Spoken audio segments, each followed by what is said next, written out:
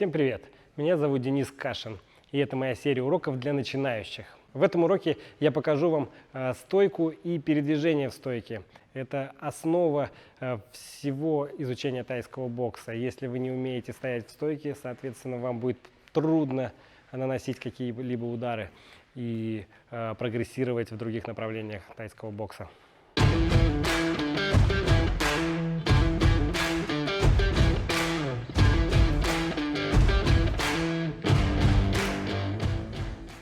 Делаем левой ногой небольшой шаг вперед, так, чтобы где заканчивается левая нога, начиналась правая.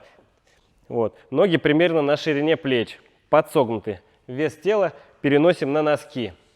Правую руку прижимаем к виску, левую также к виску, но за счет того, что плечо левое впереди, соответственно, она будет тоже немного впереди. Ноги подсогнуты, вес тела на носках. Таким образом, нам нужно запомнить эту стойку. И чтобы ее отработать, мы сейчас будем произвольно прыгать и засекем себе время. И, например, каждые 5 секунд наша задача встать в стойку. Встали в стойку, проверили, правильно мы стоим или нет.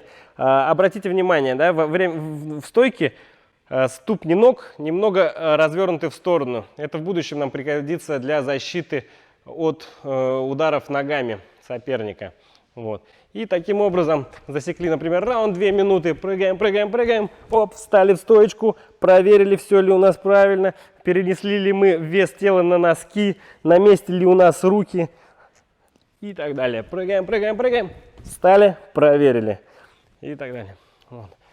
Также мы изучим сейчас передвижение в стойке. Каким образом? Становимся в стойку и начинаем следующее упражнение. Левая нога начинает шагать вперед, правая за ней подшагивает. Приставной шаг. Насколько передняя нога подшагнула вперед, настолько задняя ее догнала. Шаг под шаг, вперед и назад точно так же, шаг под шаг. При этом всегда следим за стойкой, за положением веса тела, чтобы он был на носках. Вперед, назад. Насколько отшагнули, настолько подшагнули. Вперед всегда начинаем с передней ноги, назад всегда начинаем с задней ноги. Очень часто ошибаются люди, да, и если начинают наоборот шагать, например, то получаются вот такие прыжки, и мало того, что это выглядит не очень, это еще и опасно. Когда мы ноги вместе сводим, происходит таким образом, что мы неустойчивы, и любой толчок или удар нас выведет из равновесия, и мы будем пропускать удары. Соответственно, следим за тем, чтобы мы всегда были в своей стойке. Ноги всегда на ширине плеч и никогда не пересекались. Вот. Сначала мы ходим, засекаем также раунд и ходим вперед, назад, шаг под шаг, вес тела на носках.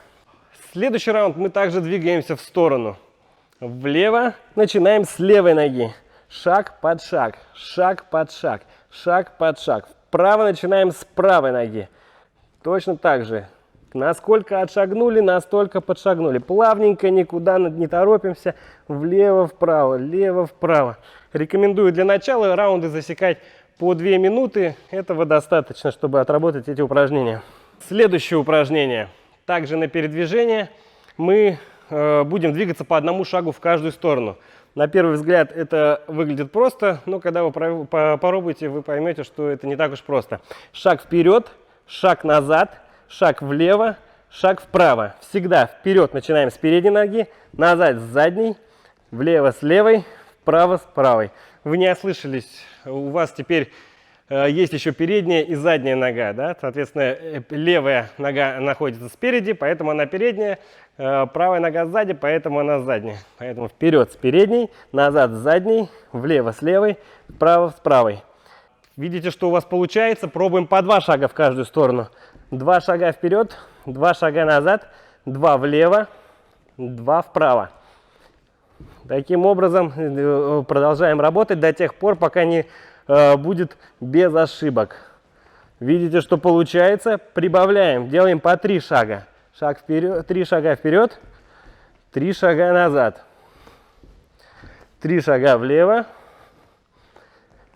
3 шага вправо. Всегда следим за своей стойкой. Руки всегда прижаты к вискам, локти прижаты к туловищу. Вес тела всегда на носках. Это очень важно. Следующее упражнение необходимо выполнять либо с партнером, либо с мешком. Я буду выполнять его с мешком. Это упражнение для сохранения дистанции в движении с соперником. Ударная дистанция, с которой мы боксируем, это длина вытянутой вашей передней руки. Вот, примерно вот такая дистанция. Наша задача ее сохранять на протяжении всего продолжения поединка. Вот, соответственно, сейчас я буду раскачивать мешок, да, то есть, что он будет качаться вперед и назад. И моя задача сохранять ударную дистанцию на вытянутой руке. Да? И таким образом я двигаюсь в своей стойке вперед и назад. Иногда буду контролировать расстояние рукой.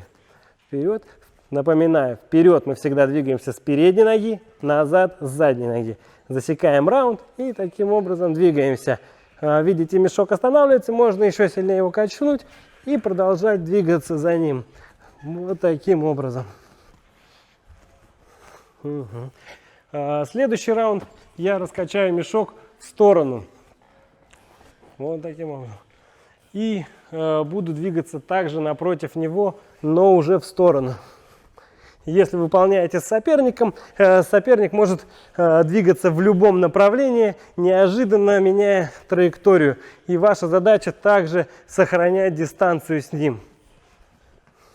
Шаги выполняем короткие, руки всегда у головы держим. На этом упражнение закончил. Переходим к следующему. Для выполнения следующего упражнения нам понадобится теннисный мяч. Мы будем набивать теннисным мячом об пол и двигаться вокруг него, неожиданно меняя направление. Вот. Когда мы двигаемся в правую сторону, мы набиваем мячом правой ногой. Когда мы двигаемся в левую сторону, набиваем в левую. И так далее. Стараемся менять направление разнообразно. То в одну сторону, то в другую.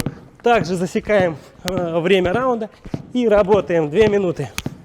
Вторая рука, обратите внимание, всегда защищает голову. Бам. А какие ошибки вы допускали при изучении этого материала? Напишите в комментарии, мне будет очень интересно почитать.